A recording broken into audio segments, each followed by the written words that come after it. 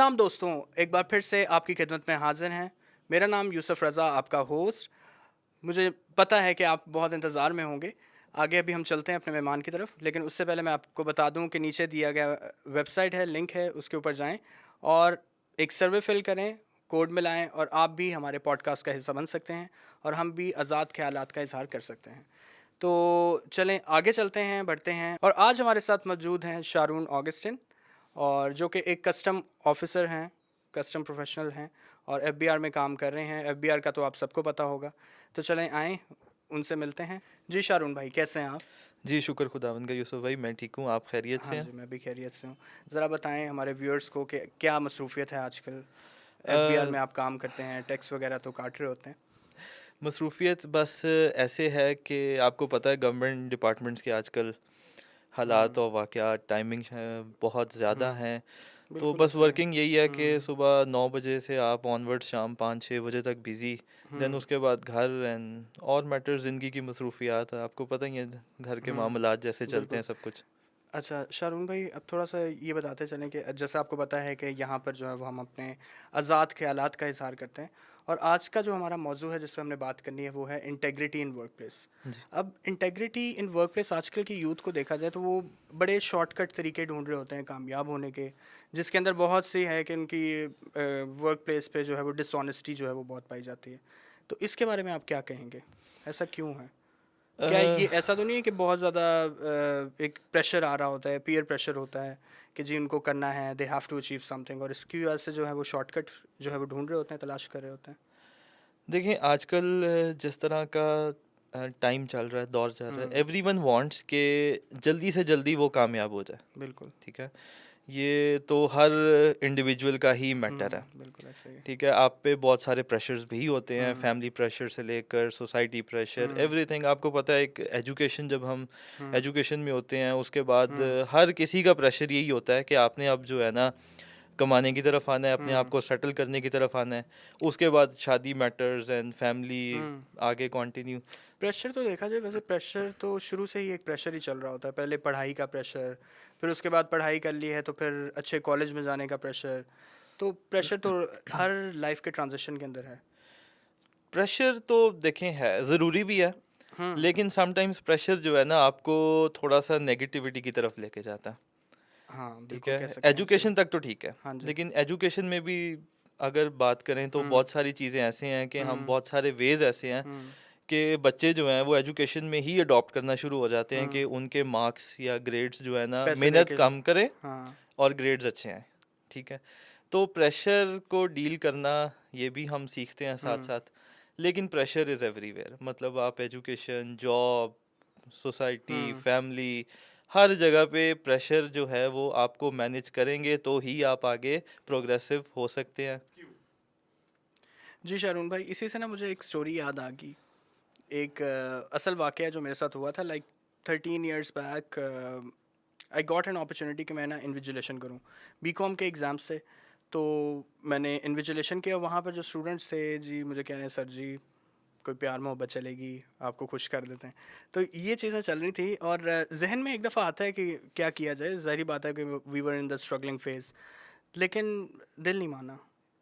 उस टाइम पे कुछ ऐसा जहन में ख्याल नहीं आया।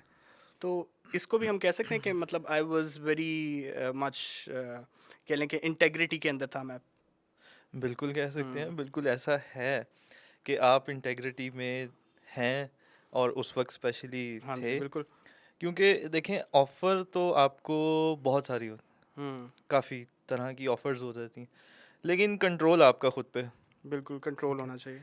तो ये मैं अपनी अगर कहीं वो तारीफ़ तो नहीं कर रहा। नहीं आप कह सकते हैं, लेकिन देखें आपके कोलीग्स होंगे या कोई हाँ जी, और बिल्कुल लोग यही होंगे। बताऊँ आपको एक चीज़, कि कोलीग्स थे, उनमें से 1-2 ने ऐसा किया था कि जी एक के पास फ़ोन आ गया था जब एग्ज़ाम्स की ड्यूटीज़ ख़त्म हुई, एक ने नया फ़ोन ले लिया।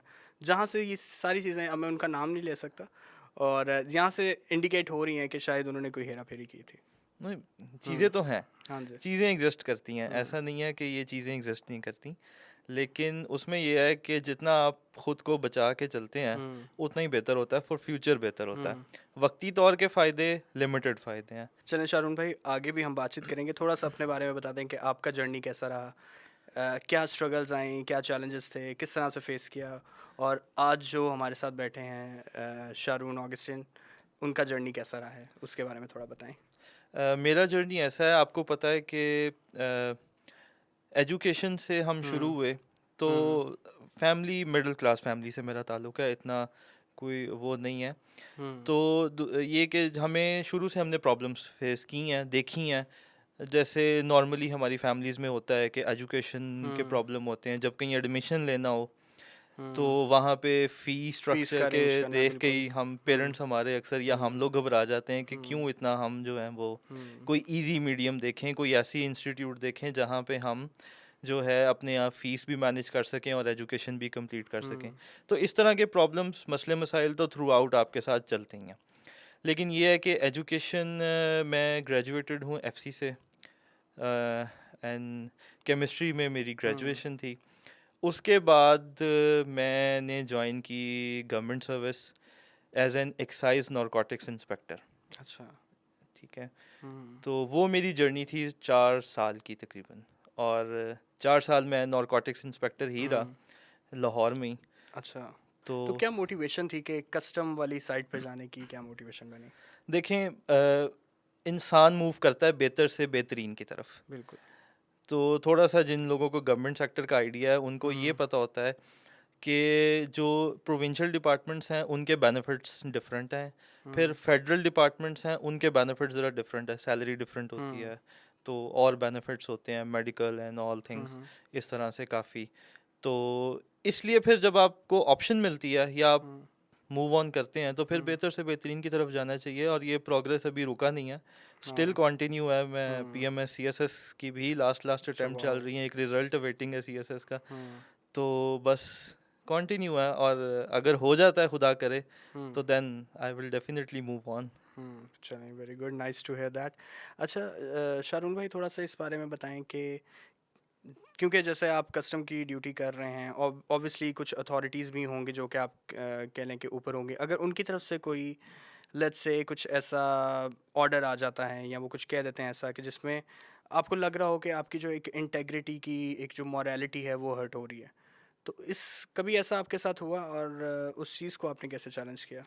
ये एवरीडे मैटर है, बल्कि एक दिन में कोई शायद 10 दफ़ा भी ऐसा हो जाता हो, अच्छा। क्योंकि आपको पता है क्योंकि फील्ड ही कस्टम्स ऐसी है, फील्ड सही है। ऐसी है। तो कस्टम्स बेसिकली डील करता है हम्म। टैक्सेबल आइटम्स को, एंटी हम्म। स्मगलिंग को, इस तरह की हम्म। चीज़ों को। हम्म। तो कस्टम्स ऑफिसर का काम होता है उनको पकड़ना, ठीक है। और जब आप कोई चीज़ पकड़ते हैं, हम्म। इलीगल है, हम्म। टैक्सेबल है, तो उसके बाद ऑब्वियसली आपको सिफारिशें भी आनी है, ऑफर्स आप भी वैसे आनी है। टैक्स माफ़ भी करवा लेते हैं? टैक्स माफ़ करवा लिया जाता है कभी अच्छा। कभी, थोड़ा थोड़ा। ठीक फेवर है, तो चलें हर फिर जगह होती है। पॉडकास्ट के बाद ना आपसे रब्ता करते हैं इस बारे में। श्योर। तो समटाइम्स ऐसे भी होता है कि आपके ऑफिसर्स का ही बहुत प्रेशर होता है, हम्म। ठीक है। मोस्ट ऑफ द टाइम अब यही होता है कि आप तो अभी सिर्फ पकड़ के बैठे हैं, हम्म। लेकिन आपको विद इन मिनट और 2 और 5 मिनट्स आपको ऑफिसर से कॉल भी आ जानी है, हम्म। जी मेरे रिलेटिव हैं, कज़न है, हम्म। तो इनका जो है ना रिलीज़ किया जाए, हम्म। ठीक है। तो तो आपको कभी मतलब ऐसा फील हुआ कि आपको आउट ऑफ द वे जाना पड़ रहा है जहाँ पर चीज़ें जो हैं वो आपकी एक मोरालिटी से बाहर जा रही हैं? मोरालिटी से बाहर, ये देखें, इंसान जो है ना अपनी लिमिट अगर डिसाइड कर लें हम्म। तो फिर तो मेरे ख्याल से आपके लिए बहुत आसान हो जाता, बहुत बेहतर हो जाता है। अगर मेरा तो मशवरा भी है कि मोरालिटी या अपना एक लिमिट अपनी डिसाइड कर लेनी बिल्कुल। चाहिए, ठीक है। उसके बाद आपको पता होता है कि ये आपकी लिमिट है, यहाँ से हम्म। आगे ना होना है ना पीछे जाना। हम्म। तो इस तरह होता है, लेकिन ये है कि आप क्या कर सकते हैं, साफ जवाब दे सकते हैं, बिल्कुल ऐसे ही। ठीक है। लेकिन क्योंकि साफ जवाब देना, डोंट यू थिंक कि मतलब वो फिर एक आपकी जो जॉब है वो चैलेंज हो जाती है, या देखें, इट्स अ गवर्नमेंट जॉब, हाँ, ठीक है, चैलेंजेस तो बहुत चैलेंज ये हो आएंगे सकती फिर। है ना कि ट्रांसफ़र कर देंगे, ये कहीं दूर यही भेज देंगे, तो वो फिर घर से दूर चले जाना, तो ये भी तो एक चैलेंज है। तो उस डर से बचने के लिए कि कुछ हो ना जाए, एक वो वाली जो एक डर खौफ सा रहना, तो फिर कहें कि चलो यार कर ही देते हैं। देयर आर टू ऑप्शंस, हुँ। या तो करना है, हुँ। तो या तो ट्रांसफ़र होना, अच्छा, तो ठीक फिर है। क्या करते हैं इसमें से आप?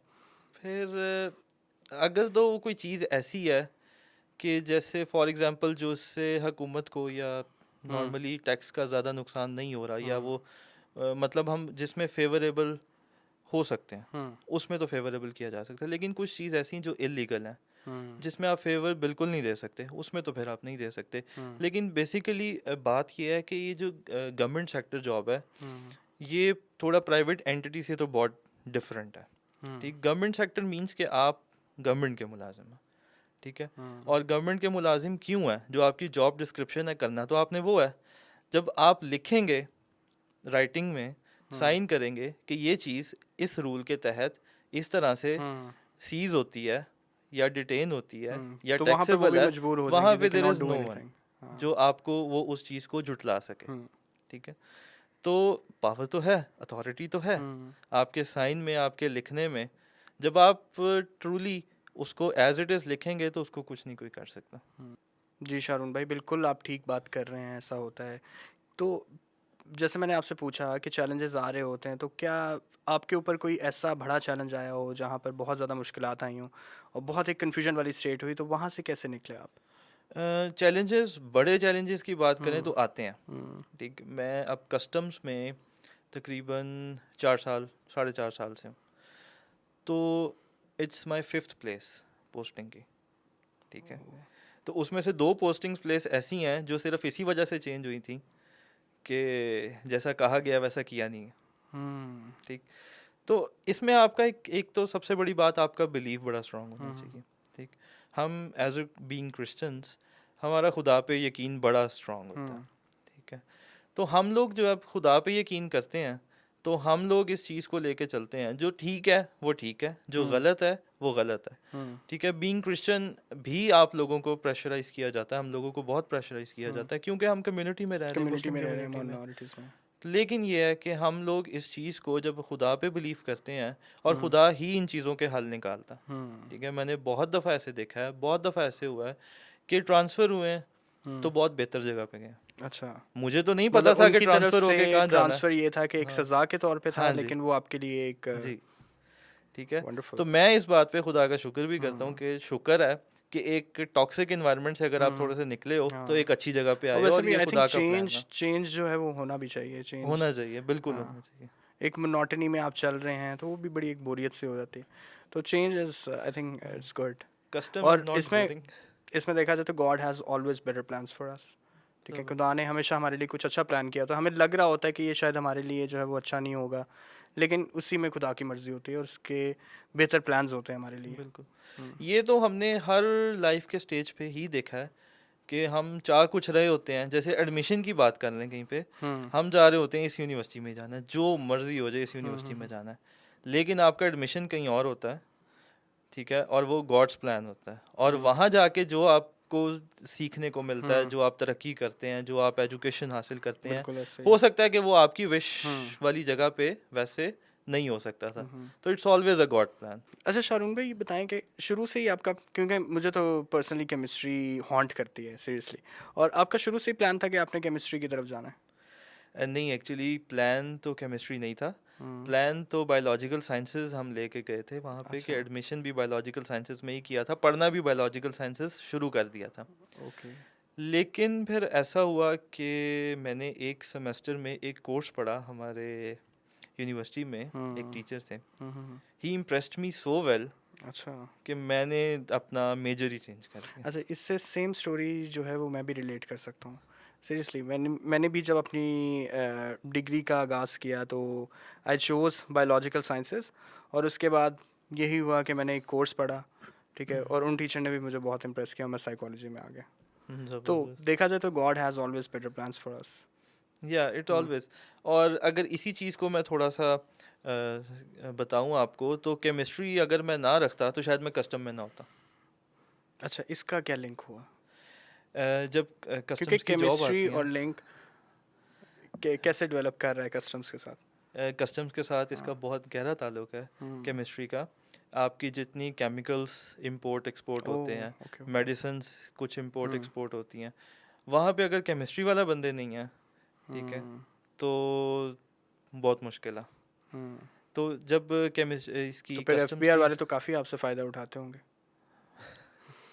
ये एक वैसे एक और मैटर है, लेकिन जब जॉब्स अनाउंस होती हैं कस्टम्स की, तो उसमें स्पेसिफिक डिग्रीज होती हैं, physics, chemistry and maths and इस तरह से। तो वो स्पेसिफिकली उन लोगों को, इंजीनियर्स को पिक करते हैं जो आगे जाके कस्टम्स में जब अपॉइंट हों तो वो जो है अपनी एक्सपर्टीज़ को पूरी तरह यूटिलाइज कर सकें। ये कॉन्सेप्ट है। अच्छा शाहरुन भाई, थोड़ा सा बताएं अपने जर्नी के बारे में, थोड़ी सी बचपन की बातें बताएं कि किस तरह से आपकी कोर वैल्यूज़ डेवलप हुई, किस तरह के बच्चे थे आप स्कूल में, फिर यूनिवर्सिटी जब गए। तो देखा जाए तो, क्योंकि मैं आपको ना दूर दूर से जानता था, देखा हुआ था आपको, मैंने सुना था आपकी लड़ाइयाँ वगैरह भी हो जाती थी, तो उस चीज़ का क्या सीन था? आज जो मैं शाहरुन भाई को यहाँ पर देख रहा हूँ, वो एक बिल्कुल एक मुख्तलिफ पर्सनैलिटी है। तो क्या एक्चुअली चीज़ आई, क्या चीज़ थी, what brought a change in you? ये एक इंटरेस्टिंग सी बात है। स्कूलिंग से, ठीक, मेरी मदर टीचर थी, सेम स्कूल, हम स्टूडेंट्स थे सेम स्कूल, अच्छा, टीचर के बच्चे तो वैसे भी एक ही स्कूल में थे। एक ही स्कूल में थे। अच्छा। तो और इस वजह हमारे से पे एक एज भी था कि मेरी मदर नहीं, जो है वो टीचर है यहाँ पर ही। ये एज तो नहीं मैं कहूँगा, शायद अब के बच्चों को एज लगता हो। अच्छा। हमारे पे तो स्ट्रिक्टनेस थी पे बहुत। स्ट्रिक्टनेस इस तरह से थी कि कुछ आप शरारत नहीं कर सकते, आप क्लास से इधर उधर नहीं हो सकते। अगर आप इवन ऐसे भी होता था कि अगर आप एक क्लास में 2 दफ़ा पानी पीने गए हो तो हमारी मदर नहीं कहते ना कि किधर। अच्छा। ठीक, तो आप इससे अंदाज़ा लगा लें कि स्ट्रिक्टनेस का लेवल क्या था स्कूलिंग से। तो कोर वैल्यूज़ जो हैं वो वहाँ से डेवलप होना शुरू। ठीक, साथ मदर ने एजुकेट करते रहना, बताते रहना, फिर स्कूलिंग से फिर वो चीज़ें जब आप देख रहे होते हैं तो वो चीज़ें आपको अडॉप्ट भी हो जाती हैं। अच्छा, इसको मैं थोड़ा सा ना एक डिफरेंट नज़रिए से देख रहा हूँ। मैं मतलब अपनी साइकोलॉजी बीच में नहीं लाना चाह रहा, तो जैसे शुरू में बहुत ज़्यादा अगर डिसिप्लिन किया गया, तो क्या यही वजह तो नहीं थी कि यूनिवर्सिटी लाइफ में जाके वो सारी जो एक्यूमुलेट हुई हुई थी चीज़ें वो निकल नहीं थी बाहर? मैं वेरी नेक्स्ट पॉइंट यही है कि हाँ, जब हाँ, आप थोड़ा सा फिर ओपन इन्वायरमेंट में आते हैं ना, हाँ, तो तो वो फिर वो एक चीज़ें जो आपका जो बचपन होता है एक ना, सही झाका खुल वाला, जाता है। हाँ सही वाला बचपन जो हाँ, आपने हाँ, इंजॉय करना था, वो फिर यूनिवर्सिटी में इंजॉय किया। फिर वो जो आता है ना, लड़ाइयों वाली बात, शुगल वाली बात, घूमना फिरना, एक क्लासेस आज़ादी। बंक, वो सारा यूनिवर्सिटी में किया। एंड मेरे ख्याल से अगर मैं कहूँ तो आई फील बिट लकी। और मेरे ख्याल से ये चीज़ ज़रूरी भी है कि अगर जैसे ये चीज़ें आपने एक्सपीरियंस की, तो वो एक आपको अपने इमोशंस एक्सप्रेस करने का मौका मिला, एक आपकी इमोशन कह लें कि क्वेश्चन जो था वो एक स्ट्रॉन्ग हुआ इस पॉइंट से। तो अब मैं जैसे आपको बताया कि शारून भाई एक मुख्तलिफ शारून भाई आज मैं देख रहा हूँ यहाँ जो हमारे साथ पॉडकास्ट पे बैठे हैं, तो इसके पीछे का क्या राज है? लाइफ के डिफरेंट मुख्तलिफ ट्रांजिशंस होते हैं, और चेंज इज़ एवोल्यूशनरी, कि वक्त के साथ साथ भी एक चेंज हो जाता है। जैसे अगर देखा जाए, तो मेरे से भी पूछा जाए कि what I was 10 years back, तो I was totally a different person. इस तरह से है कि जब आप एजुकेशन से निकलते हैं और प्रोफेशनल लाइफ में आते हैं तो अपने आप को समझाने में एक तो बहुत टाइम लगता है। ठीक है, जो जल्दी समझा ले अपने आप को वो उतनी जल्दी कामयाब हो जाता है। ये सारे चेंजेस इन्वायरमेंट के साथ सोसाइटी आप में इन्वॉल्व कर रही होती है। बिल्कुल ऐसा ही है। ठीक है, आप जब प्रोफेशनल लाइफ में मूव ऑन करते हैं तो वहाँ पे हर चीज़ आपको, हर इन्वायरमेंट प्रोफेशनल है, आपकी वर्किंग प्रोफेशनल है, हर चीज़ ही प्रोफेशनल है। तो इंसान जब हैबिट अडॉप्ट करना शुरू करता है तो वो फिर ऑब्वियसली आपकी नेचर चेंज होती है, आपका बिहेव चेंज कई होता दफ़ा है। ऐसा हो रहा, तो आपको लग रहा होता है कि ये चीज़ें you are not what you are, और ये आपको करना पड़ रहा है, प्रिटेंड करना पड़ रहा है कि आपको ऐसा होना पड़ रहा है, ये आपकी पर्सनैलिटी का पार्ट नहीं है। देखिए ऐसा है, ह्यूमन नेचर चेंज होती रहती है, इंडिविजुअल की नेचर जो है वो चेंज होती रहती है। ठीक, समटाइम्स मुझे लगता है कि मैं गलत जगह पे हूँ अभी भी, कि मैं गलत जगह पे हूँ। ठीक है, शायद मुझे लाइफ में कुछ और करना था। ठीक, लेकिन फिर थोड़े टाइम के बाद मुझे ये भी लगता है कि नहीं, मैं ठीक जगह पे हूँ, लाइफ में मैं और क्या कर सकता हूँ। ठीक है, आप बिल्कुल। एजुकेशन, आपने एक फील्ड चूज़ की, आप उस फील्ड में आगे एक्सेल कर रहे हैं, तो बस यही चीज़ें होती हैं। लेकिन ह्यूमन नेचर को देखा जाए तो ह्यूमन नेचर तो आपको बहुत सारे फैक्टर्स दिखाती है, बहुत सारे एग्जैक्टली। वेज दिखाती है। तो बस इसी तरह है, प्रोफेशनलिज्म आता जाता है, आप अपने आप में ग्रो करते जाते हैं, और ये चीज़ें जो है ना आप में जब अडॉप्ट होती जाती हैं तो आप एक ऑल टुगेदर डिफरेंट पर्सनैलिटी जो है ना वो बन जाते हैं। बिल्कुल ज़बरदस्त। जैसे आपने चैलेंजेस पहले भी बताए कि हार्डशिप्स रहीं, चैलेंजेस रहे, तो कभी ऐसा जहन में आया हुआ हो कि गिव अप किया जाए, कोई शॉर्टकट ढूंढा जाए? बिकॉज शॉर्टकट से आपको पता है कि वो shortcut is towards the pleasure, लेकिन अगर हम एक सही रास्ता अपनाते हैं, that is towards the satisfaction and happiness, long term happiness. तो प्लेयर तो हमेशा शॉर्टकट की होता है कि कोई शॉर्टकट वे जो है वो अपना लिया जाए और प्लेयर हासिल कर लिया जाए। तो कभी आपके जहन में आया हो कि कोई शॉर्टकट तरीका हो? बिल्कुल, शॉर्टकट तो आप समझ लें कि हर लाइफ के स्टेज में आपको सामने ही होते हैं, नज़र घुमाने की या देखने की ऐसी ज़रूरत नहीं पड़ती। जैसे हम जब प्रोफेशनल लाइफ में, जैसे मैं फर्स्ट गवर्नमेंट जॉब में गया एक्साइज में, ठीक, तो वहाँ पे आपको हर तरह के लोग नज़र आते हैं। आपके कोलीग्स हैं वो हर तरह के लोग हैं, कुछ बहुत अच्छे भी हैं, सही, कुछ बिल्कुल। बहुत ओपन भी हैं, कुछ डिफरेंट डायरेक्शंस में हैं। लेकिन इट्स ऑल डिपेंड कि आप इन चीज़ों को जब ऑब्ज़र्व करते हैं तो उन चीज़ों को ऑब्ज़र्व करके कोई सबक भी सीखते हैं या नहीं।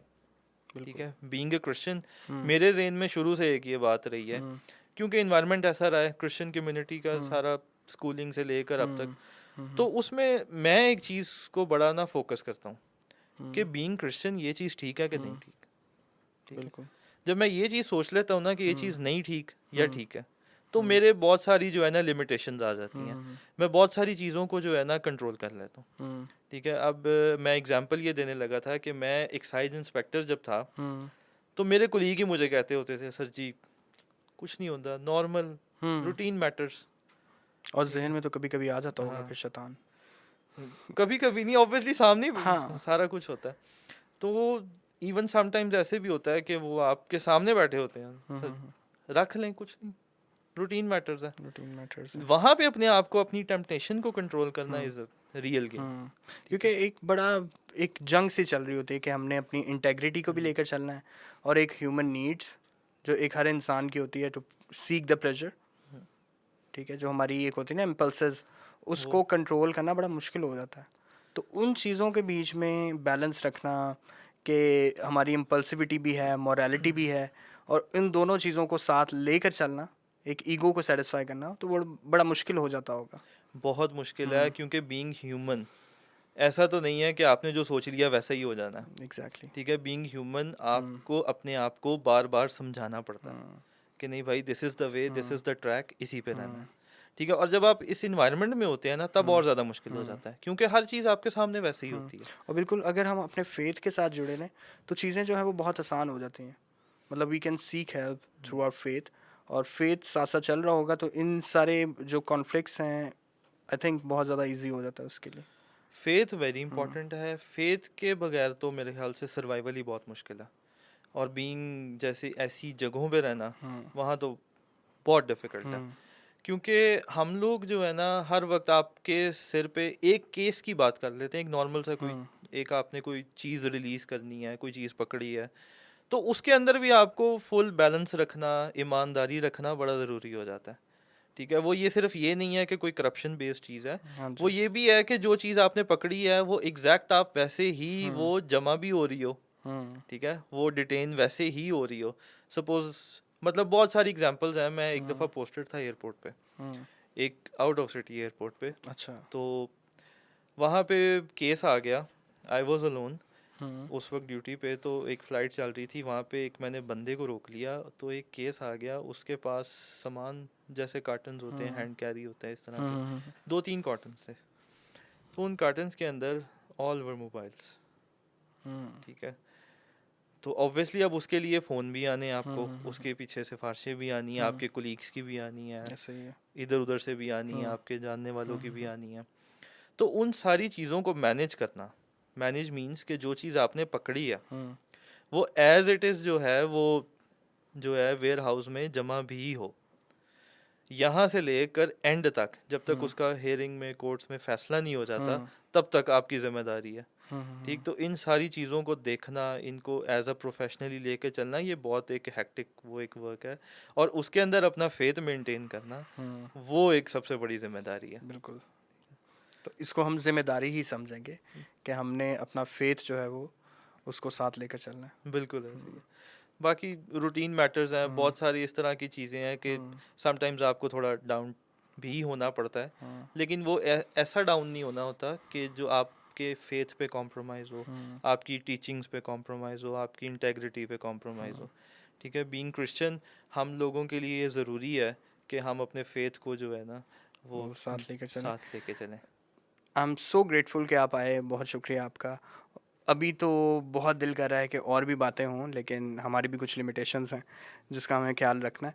तो होपफुली जो है वो हम दोबारा से मिलेंगे। अभी फ़िलहाल जो है वो एक छोटा सा गिफ्ट है हमारी तरफ से। Thank you thank you Yusuf भाई, आपकी हॉस्पिटैलिटी के लिए, आपने यहाँ बुलाया इसके लिए बहुत नहीं बहुत नहीं, थैंक यू। बल्कि थैंक्स आपका कि इतनी देर से आपको अप्रोच कर रहे थे, लेकिन फाइनली आज आपने टाइम निकाल लिया। और हमारी यूथ को कोई एक मैसेज देना चाहें जो उनके लिए बड़ा ज़रूरी हो। सबसे पहले तो बेसिकली अगर मैं स्पेसिफिकली बात करूँ क्रिश्चियन कम्युनिटी की, I am very glad to see कि हमारी कम्युनिटी बहुत ग्रो कर रही है, ठीक है। तो यंग जनरेशन के लिए मेरा यही मैसेज है कि सबसे पहले आप फोकस करें अपनी एजुकेशन पे। आपकी एजुकेशन स्ट्रांग होगी, आपकी पूरी लाइफ स्ट्रांग होगी, प्रोफेशनली, आपकी फैमिली लाइफ, हर चीज़ स्ट्रांग होगी, ठीक है। एजुकेशन के बाद जब आप प्रोफेशनलिज्म में आएंगे तो आप अपनी इंटेग्रिटी को, अपने फेथ को अपने साथ लेके चलेंगे। आपका फेथ और इंटेग्रिटी हर वक्त आपके साथ होगा, और मेरे ख्याल से यही जो है की टू सक्सेस है। जी दोस्तों, मुझे उम्मीद है कि आज का हमारा पॉडकास्ट, आज का प्रोग्राम जो है वो आपको बहुत पसंद आया होगा। हमने शारून भाई से बहुत मज़े मज़े की बातें की और बहुत नॉलेजेबल बातें थी, और मुझे उम्मीद है कि बहुत कुछ आप लोगों को सीखने को मिला होगा। और सबसे जो एक गहरी बात, जो सबसे एक खूबसूरत बात जो मुझे पसंद आई है, उसमें ये है कि हमारे जो कोई भी प्लान्स हों वो खुदा की मर्ज़ी से चल रहे होते हैं। हमारी जो भी चॉइसेस हों उसके अंदर हमेशा खुदा की कोई ना कोई मर्ज़ी जो है वो शामिल होती है, और हमेशा अगर हम खुदा के प्लान्स के अकॉर्डिंगली चलें तो we can choose what we want in our lifes. और मुझे उम्मीद है कि ये चीज़ें जो हैं वो आप अपनी लाइफ के अंदर भी इम्प्लीमेंट करेंगे, कि जो भी आज चीज़ें हमने डिस्कस की हैं। और तब तक के लिए जो है वो इजाज़त चाहूँगा, लेकिन उससे पहले आपको बताता चलूँ कि नीचे दिया गया लिंक है, उस पे जाएं, सर्वे को फिल करें और हमारे पॉडकास्ट का आप भी हिस्सा बन सकते हैं, ताकि आप भी आएँ और अपने आज़ाद ख्यालात का इजहार कर सकें। तब तक के लिए इजाज़त दीजिए। खुदा हाफिज़।